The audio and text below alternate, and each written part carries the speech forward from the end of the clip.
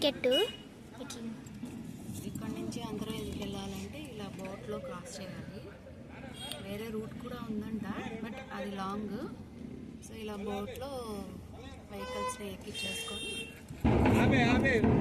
అక్కడికి తీసుకెళ్తారు, అవతల ఒడ్డుకి తీసుకెళ్తారు.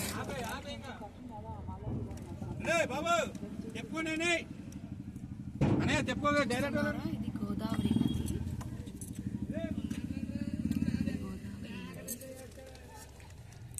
ఇక్కడ నియర్ టు రాజమండ్రి ఇది. సో ఇది ఒక వే అనమాట అవతల ఒడ్డు వెళ్ళడానికి.